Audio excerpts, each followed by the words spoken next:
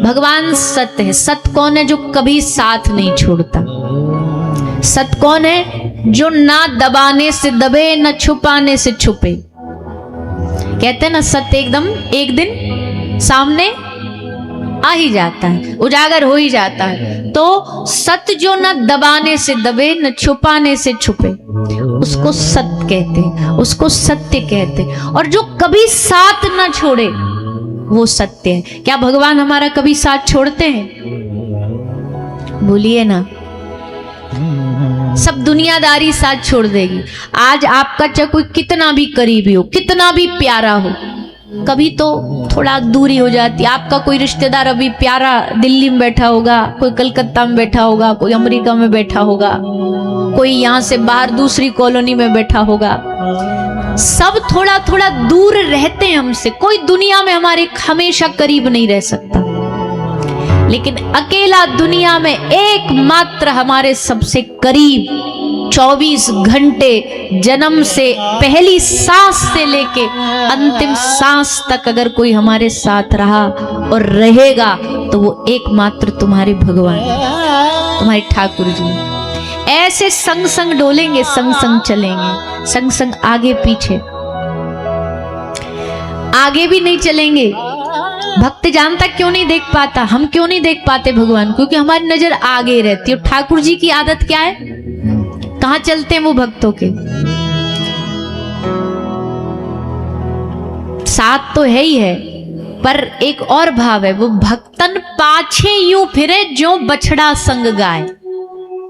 ठाकुर जी भक्तों के पीछे पीछे पीछे चलते हैं। कहीं गिर गया तो थाम लेंगे, कहीं कोई ठोकर लग गई तो पकड़ लेंगे। हमेशा तैयार रहते हैं, हमेशा भक्त के पक्ष में खड़े रहते हैं। एक भगवान ने एक भक्त को कृपा करके एक वरदान दिया। कहा कि जीवन में जब भी तुझे ये महसूस करना हो कि मैं तेरे साथ हूं या नहीं हूं, तो एक काम करना, किसी भी समुद्र के तट पे जाना और वहां तू खुद चलना नंगे पांव, और फिर पीछे मुड़ के देखना, तो तुझे बालू पे, मिट्टी पे अगर तेरे संग संग 2 पांव और छपे हुए नजर आ जाएं, तो तू समझ लेना कि ये मेरे साथ है। ये तुझे मैं प्रमाण बता रहा हूं मेरे साथ होने का। बोला ठीक है। तो जब भी उसको लगा कि चेक करूं भगवान है कि नहीं, वो जाता समुद्र के तट पे, ने थोड़ा चल के देखता, तो उसको 4 पांव छपे मिलते। आह, ठाकुर जी हमारे संग। एक दिन जीवन में बड़ी भयानक दुर्घटना हो गई। कोई परिवार का सबसे प्रिय मर गया, टूट गया भीतर से, लड़खड़ा गया कि अब क्या होगा, अब तो मेरा सब खत्म हो गया, अब तो कोई नहीं मेरे साथ में। सोचा अब जाऊं, गया, मिट्टी पर, बालू पर चला। जैसे चला, आज भगवान ने भी साथ छोड़ दिया। आज केवल 2 पांव छपे थे। जब सबसे ज्यादा जरूरत थी, जब सबसे ज्यादा आवश्यकता थी, उस समय ऐन मौके पर जहां तुमको मेरी ताकत बनना था, हे प्रभु तुमने मुझे धोखा दे दिया, तुम मुझे छोड़ करके चले गए। कहा, भक्त ने शिकायत करी उसने, तुमने तो वादा दिया था कि तेरे सबसे बुरे समय में भी साथ रहूंगा, पर जब सबसे बुरा समय था तुम छोड़ के चले गए। ठाकुर जी मुस्कुराए और मुस्कुरा के बोले, बावरे तू कुछ नहीं जानता, तुझे कुछ नहीं पता। मैंने कहा था ना कि जब तेरी हिम्मत टूट जाएगी, जब तेरे साथ कोई नहीं होगा, जब तू चल नहीं पाएगा, उस समय भी मैं तेरे साथ रहूंगा। हमेशा तेरे ऊपर दुख तो रहे, पर झेलने वाले दुख थे, इसलिए हमेशा मैं तेरे साथ साथ चला। पर आज जो दुख था, जिसमें तू पूरी तरह टूट गया, मैं जानता था कि अब तू चल भी नहीं पाएगा, इसलिए मैंने तुझे दोनों हाथ उठाकर अपनी गोदी में ले लिया। वो 2 पांव तेरे नहीं थे बाबरे, वो 2 मेरे थे। तुझे मैंने गोदी में उठा रखा था, तुझे गोदी में उठा करके मैं चल रहा था। ऐसे प्रभु, ऐसे भगवान, भक्तन पाछे यूं फिरे जो बछड़ा संग गाय। सब जगह प्रभु हमारे संग है, संग विराजमान है। कभी जीवन की कोई परिस्थिति इतनी विकट नहीं हो सकती। किसी ने कहा परिस्थितियों से मत कहो कि मेरी परेशानियां विकट हैं, परिस्थितियों से कहो कि मेरा गोविंद मेरे निकट है। तुम कितना तोड़ लोगी मुझे, तुम कितना मेरे जीवन को तोड़ सकती हो, उतना नहीं तोड़ सकती जितना मुझे ठाकुर जी संभाल सकते, उतना नहीं तोड़ सकती। इसलिए वो सत्य है, वो चैतन्य है सब जगह। मेरा चलना, मेरा उठना, मेरा आना, मेरा जाना, ये सब कुछ ही है तुमसे प्यारे, तू मुझ में ही बैठा है, अंदर ही बैठा है। मेरा खाना, खाना खाना मेरा काम है, पर पचाना, बोलिए ना, किसके भरोसे खा के सो जाते हैं, वो पचा देगा। खाना मेरा काम है, पचाना तेरा काम है, सोना मेरा काम है, जगाना तेरा काम है। जीवन में सांस बाहर छोड़ना मेरा काम है, पर मुझे मालूम है सांस अंदर लेना ये तेरा काम है। इस भरोसे पर ही मैं बैठा हूं। हाँ, वो अलग बात है कि वो अंदर बैठा है और हमने पर्दा लगा रखा है। मेरा मुझी में गुम था, मुझे मालूम न था। मेरा मुझी में गुम था, मुझे मालूम न था। वजह मालूम हुई तुमसे न मिलने की, मैं खुद ही खुद का पर्दा बना था, मुझे मालूम न था। मैं खुद ही खुद के आड़े आ रहा था आपसे मिलने में। पर्दा हटाना जरूर होगा। पर्दा हटा तो सामने गोविंद मुस्कुराता हुआ नजर आएगा, ठाकुर हंसते हुए नजर आएंगे। इसलिए चैतन्य है वो, सब जगह है वो। जहां कोई नहीं जा सकता तुम्हारे साथ, वहां प्रभु और प्रभु की कृपा जा सकती, ठाकुर जी की कृपा जा सकती है। और कृपा कितनी है जानते हो? कृपा क्या कर सकती है? वो तैरते तैरते भी डूब गए जिनको खुद पे गुमान था। घमंड में चलते ना, हम ये कर देंगे, हम वो कर देंगे, हम ऐसा कर लेंगे, हम वैसा कर लेंगे, सबकी नैया डूबी। ऐसे मैं करने वाले सबकी डूबी। वो तैरते तैरते भी डूब गए जिनको खुद पर गुमान था। और वो डूबते डूबे 10 किलो कृपा। कृपा कृपा होती है, कृपा कृपा है। और भगवान ने तो क्या क्या नहीं दिया।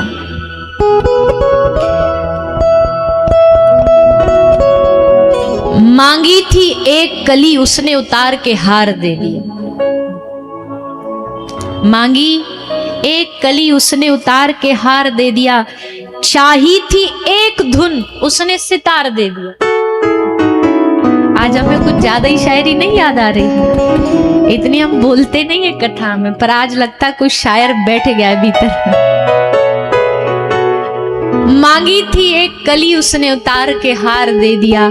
चाही थी एक धुन, उसने सितार दे दिया। झोली बहुत छोटी थी मेरे सांवरे सरकार, पर तुमने तो हंसकर पूरा संसार दे दिया। इतनी बड़ी झोली नहीं है हमारी जितनी बड़ी उसकी कृपा है हम पर, जितनी बड़ी उसकी कृपा उसने हम पर बरसाई है। जरा भागती भागती जिंदगी में नेक्स्ट सब ब्रेक लगाओ, थोड़ा पॉज दो और सोचो उसकी कृपा के बारे में। इस दुनिया में हजारों लोग, लाखों लोग हैं, एक समय का भोजन नहीं है उनके पास, एक समय की रोटी नहीं है, रहने को छत नहीं है। इसी बंबई में देख लो, एक वर्ग ऐसा भी है, एक वर्ग ऐसा है जो 1 महीना कपड़ा पहन के उनके लिए वो कपड़ा पुराना हो जाता है, एक दिन पहन के हो जाता है। और उसी 1 साल पुराने कपड़ा को आप घर के किसी काम करने वाले को दो तो उसको पहन के बड़ा गर्व से अपने गांव में जाके दिखाएगा, देखो क्या बढ़िया ब्रांडेड कपड़ा मिला है हमको, कितना महंगा कपड़ा मिला है। उसके लिए वो, उसके लिए सब कुछ है। तो हरि कृपा कितनी है हम सब के ऊपर, खूब है, बस उस कृपा के अंश में भीगो, उस कृपा के अंश का अनुभव करो। सच्चिदानंद रूपाय। और सबसे बड़ी बात क्या कहें, सबसे बड़ी बात तो यह है कि जहां दुनिया में देवता कह रहे प्रभु हमें कथा सुनने का अवसर दे दो, उस बंबई जैसी माया नगरी में माया की नहीं, तुम माधव के चरणों में बैठे हो, इससे बड़ी और कृपा क्या हो सकती। हम तो नहीं मानते कि बंबई माया नगरी है, हमारे लिए तो ये माधव की नगरी है, क्योंकि हम तो जब भी बंबई आए ठाकुर जी के काम के लिए आए, तो हमें तो ये भगवान की नगरी लगती है। और दिसंबर जनवरी में तो हमको कई सूचनाएं मिली, बंबई में पूरी बाढ़ आ गई कथाओं की, इतने प्रवक्ता, हमको लगता वृंदावन सब छोड़ छाड़ के यही बंबई आ गए हैं। इतने कथा हो रही हैं, दिसंबर में इतनी हुई, फिर अब जनवरी में यहाँ भी हमको पता 4-5 तो अभी भी चल रही हैं, पर हमको नहीं लगता किसी का भी पंडाल खाली होगा, सबके पंडाल ऐसे ही भरे हुए होंगे। क्यों? क्योंकि कथा कहने वालों की कमी नहीं तो सुनने वालों की भी कमी नहीं। प्रेमी है ठाकुर जी के, कैसे कम हो जाएंगे। हमको सुनने थोड़ी आए हो आप। चलो बताओ, अभी हम आपको माइक पर अपनी कथा सुनाए 3 घंटा, सुनोगे? झूठ नहीं बोलो, सच्ची सच्ची बोल दो, हमें बुरा नहीं लगेगा। नेताओं की सभा में क्यों मन नहीं लगता, मतलब किसी को कोई कटाक्ष नहीं है, पर वहां श्रद्धा नहीं होती। वहां कोई जाता भी है तो दूसरे कार श्रद्धा से नहीं जाता, यहाँ श्रद्धा से आते, क्योंकि पता व्यास जी अपनी गाथा नहीं सुनाएंगे, यहाँ बैठ करके वो ठाकुर जी की गाथा सुनाएंगे, उनके भक्तों की गाथा सुनाएंगे। 10 मिनट भी अगर हमने अपनी गाथा सुना दी ना, तो सारा सत्संग परिवार रात को मीटिंग करने आ जाएगा, जी थोड़ा कथा पे ध्यान दो नहीं थोड़ी कथा सुनाओ, अपनी व्यथा मत सुनाओ। तो कथा सुनने और सुनाने वाले प्रेमियों की कमी नहीं। ऐसी भगवान की प्रेममयी कथा। क्यों? क्योंकि भगवान प्रेममय है, सच्चिदानंद रूपाय, सुंदर, विश्वोत्पत्त्यादि हेतवे। कर्म क्या है, गुण क्या है? पहला जो सत्य मार्ग है वो कर्म प्रधान है। जैसे बहुत सारे लोग नहीं बोलते हम बिजनेस करते, हम काम धंधा करते हैं, हमारा एक ही धर्म है, भैया सच्चाई से जियो, झूठ ना बोलो, यही हमारा धर्म। सत्य कर्म प्रधान है। चैतन्य ये भक्ति प्रधान है। चैतन्य का मतलब होता है जितने भी ठाकुर जी के अर्चक हुए, अर्चना के भक्त हुए। अर्चना समझते हो?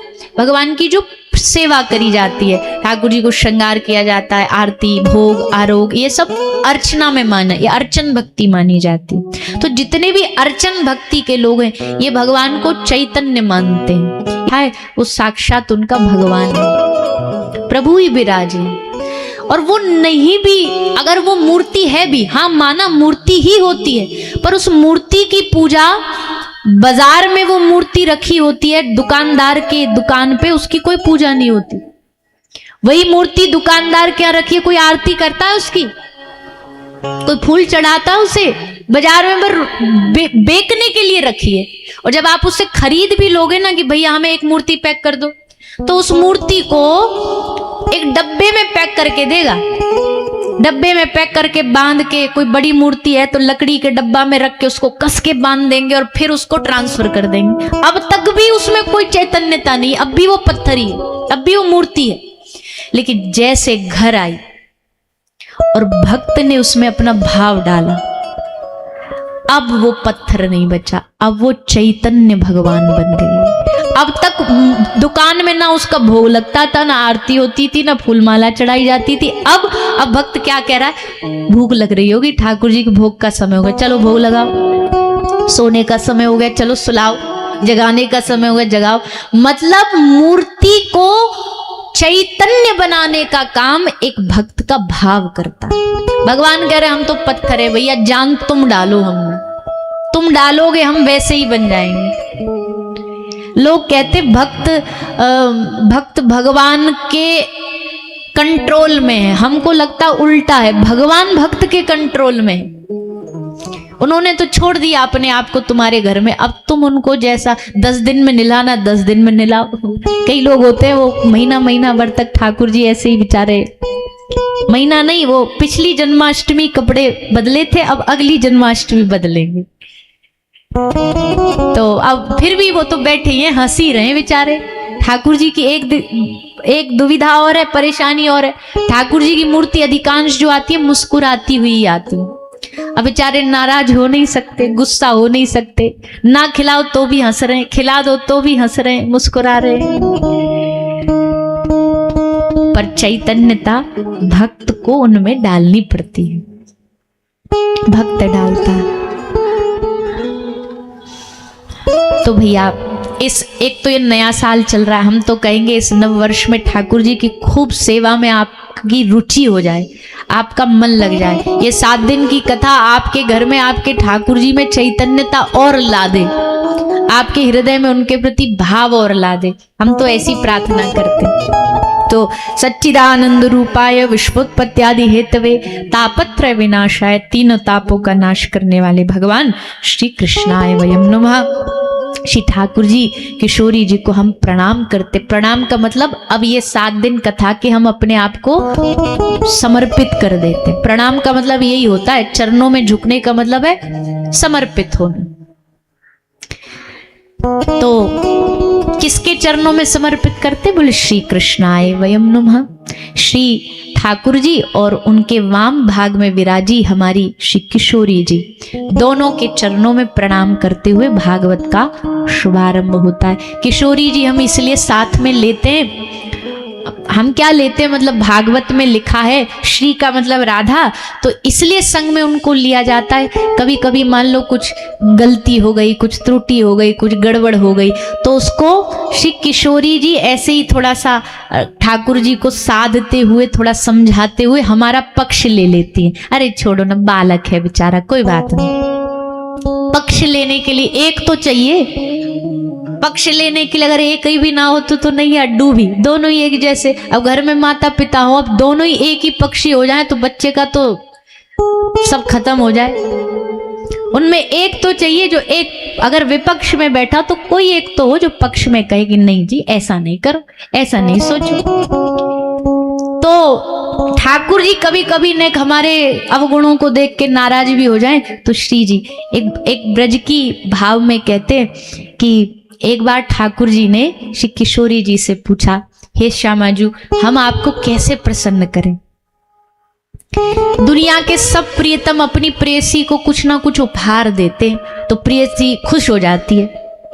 कोई जन्मदिन हो, कोई वर्षगांठ हो तो पत्नी कहती है जी क्या लाए, तो वो दिखा दे कि सोना लाया, हीरा लाया, तो खुश हो जाएगी, ये देखो हमारे लिए लाए। तो ठाकुर जी बोले कि हम भी आपको, अगर आप चाहें, आपकी प्रसन्नता हो तो बढ़िया बढ़िया कुछ उपहार दे दें। तो उनके संग में, किशोरी जी के संग में उनकी सखी बैठी थी, वो ठाकुर जी को ऐसी टेढ़ी टेढ़ी देख के बोली क्या दे दोगे तुम, ऐसा क्या है तुम्हारे पास? ठाकुर जी बोले हम महंगे महंगे रत्न दे देंगे, हम महंगे महंगे हीरे दे देंगे, माणिक पन्ना दे देंगे।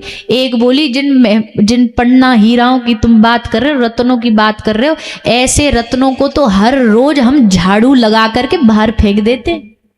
किशोरी जी के द्वार में ऐसे रत्न तो सोहनी में 2-4 तो ऐसे ही बह जाते पानी में। श्री जी आप बताओ, आप इनसे प्रसन्न होगी इन सब चीजों से? श्री जी बोली ना, इन सब चीजों से प्रसन्न नहीं होंगी। तो ठाकुर जी ने कहा तो फिर आप बताओ ना, आपकी प्रसन्नता किस बात में?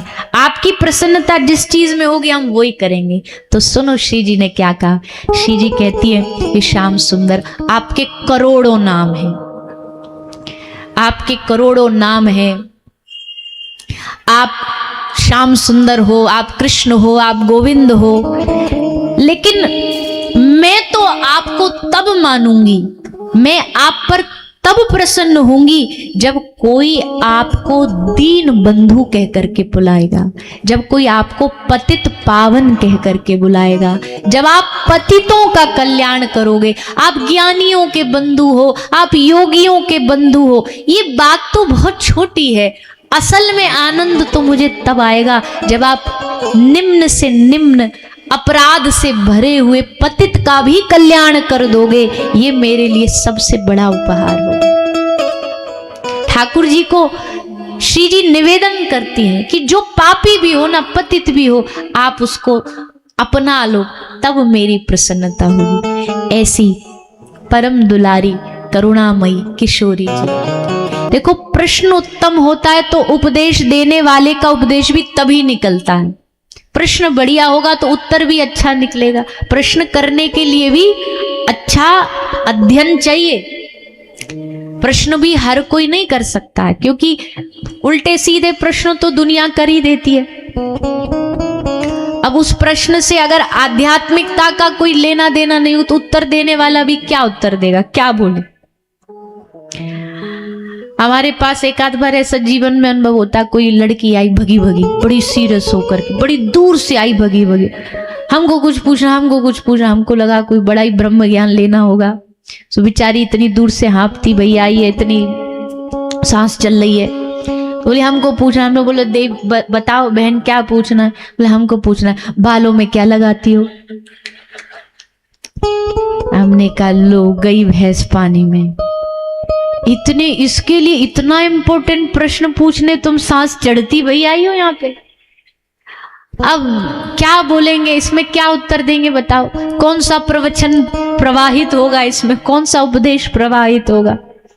अब प्रश्न ही बढ़िया नहीं तो फिर उत्तर कहाँ से बढ़िया होगा। तो जो पूर्व के जो हमारे सभाएं होती थी संतों की, उसमें सुनने वाले भी बड़े ज्ञानी बैठे होते थे, और सुनने वाले ऐसा प्रश्न पूछते कि सुनाने वाले का मन वहीं लग जाता। सूत जी बैठ गए, बोले मिल गए अच्छे श्रोता, अब हम यहाँ बैठ के भगवान नाम करेंगे, कथा सुनाएंगे। कथा कौन सी सुनाएंगे? श्रीमद् भागवत। वो भागवत देव दुर्लभ, देवताओं को अमृत सुलभ है पर कथा अमृत सुलभ नहीं है। अमृत पान से रसानुभूति, आनंद अनुभूति, कृष्णानुभूति, प्रेमानुभूति ये सब तो नहीं मिलती ना। अमृत पीने से कोई भगवान का अनुभव थोड़ी हो जाता, उल्टा हृदय में और डर और बढ़ जाता। रावण ने स्वर्ग पर आक्रमण किया, सब देवता भागने लग गए, छुपने लग गए। किसी ने कहा देवताओं को, अरे तुमने तो अमृत पी रखा है, तुमको क्या डरना, मार थोड़ी सकता है रावण, तुम मर थोड़ी सकते हो। बोले मर तो नहीं सकते, पर क्या पता रावण ने खोपड़ी फोड़ दी तो टूटा सर लेके कहाँ जाएंगे, कि मर तो सकते नहीं। अब सर फूट जाए सोचो, और मरे नहीं आदमी, तो ये तो मरने से भी बदतर हो गया। हाथ काट दिया, पाम काट दिया, दोनों पाम काट दिए, अब जीवन मर सकते नहीं क्योंकि अमृत पी रखा है, इसलिए छुपे हुए घूमते। अब बताओ ऐसे अमृत को लेके क्या करें। ऐसे अमृत से आनंद अनुभूति नहीं होती, आनंद अनुभूति तो भय मुक्त हुआ जाता है भगवान की कथा से। इसलिए सूत जी महाराज कहते हैं हम तुम्हें वो कथा श्रवण करा रहे हैं जो तराजू में लेके तोला गया तो तात स्वर्ग अपवर्ग सुख धरही तुला एक अंग तूल न ताही सकल मिल जो सुख लव सत्संग। जो सुख लव, दुनिया का सारा तराजू में सुख रख दिया ब्रह्मा जी ने, और एक तराजू में सत्संग, एक लव सत्संग, एक सेकंड से भी, सेकंड के सेकंड से भी छोटा लव सत्संग दुनिया के सब सुखों पे भारी है। और ये वही सुख और आनंद तो है कि देखो भैया, आप सब लोग अपना जीवन में इतनी व्यस्तता है, आज के लोगों के जीवन में इतने काम है, इतनी परेशानियां, सब छोड़ के आप यहां सुनने बैठे हो। वो भी जब जब दुनिया में इतनी आकर्षण करने वाली चीजें हैं, मन को आकर्षित करने वाली चीजें। हम तो कहते हैं हमारी कथा में तो कोई आकर्षण भी तो नहीं होता। हमारी कथा मतलब पूरे कथा समाज में कोई मनोरंजन के लिए आकर्षण भी तो नहीं है कुछ हमारे पास। बस 3 घंटे एक माइक, उस पे बोलना है, बोलते जाओ बोलते जाओ बोलते जाओ। और इसमें भी चैलेंज ये, किसी को नींद नहीं आवाने देनी है। हाँ, नहीं तो पता चले कि कथा क्या सुनी, बोले हा, क्या बढ़िया आनंद मंगल कथा थी। क्यों? बोले रोज घर में गोली खा खा के नींद नहीं आ रही थी, इनकी कथा में आते ही सो गए। ऐसा सुख मिला, ऐसा आनंद मिला। ऐसी कथा नहीं सुनानी हमें, यहाँ तो सोतों को जगाया जाता है। तो आप सब लोग यहाँ आए हैं और सब चीजों को छोड़ के आए हैं, तो इसका मतलब है कि ये सत्संग के प्रति प्रेम है। सारे दुनिया का सुख छोड़ करके ये सुख उन पर भारी पड़ा, ये आनंद उस पर भारी पड़ा। तो सूत जी महाराज ने कथा सुनाना आरंभ किया। कलयुग कैसा होगा ये थोड़ा बताया, और कलयुग से बचाव का ये भागवत एकमात्र रास्ता बताया। भक्ति ज्ञान वैराग की कथा सुनाई। भक्ति देवी के 2 पुत्र हैं, ज्ञान और वैराग। दोनों बूढ़े हो गए हैं, वृद्ध हो गए हैं। उनकी वृद्ध अवस्था को दूर करना। भक्ति देवी कहां कहां भारत में भ्रमण किया है भक्ति देवी ने। उत्पन्ना द्रविड़े साहम वृद्धिम कर्नाटके गता, क्वचिन क्वचिन महाराष्ट्रे गुरुजरे जीर्णताम गता। भक्ति देवी शुरू हुई द्रविड़ देश से, दक्षिण भारत में भक्ति का जन्म हुआ। कर्नाटक में पाली पोसी गई, बड़ी हुई, और महाराष्ट्र में क्वचित क्वचिन महाराष्ट्र में कहीं कहीं पूजी गई, उनकी आराधना की गई। गुरुजरे जीर्णताम गता। अब इसमें गुजरात वाले नाराज तो हो जाएंगे, पर अब कथा है ही ऐसी, तो भैया है ही ऐसी। पर गुजरात में सचमुच एक समय आया था जब भक्ति क्षीण हो गई थी, खत्म हो गई थी।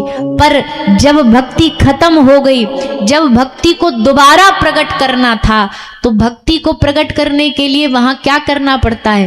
वहां कोई भगवान के प्रेमी भक्तों को भेज दो, वो अपने आप भक्ति की हवा चारों तरफ फैला दे। अब किसी के कपड़ा में सुगंधी हो, परफ्यूम लगाओ बढ़िया महंगा वाला, तो आसपास जो जाएगा तो सुगंध को कहनी थोड़ी पड़ेगी भैया इसको सुगंधी दो, अपने आप मिल जाएगी। भक्ति की सुगंध भी ऐसे होती है।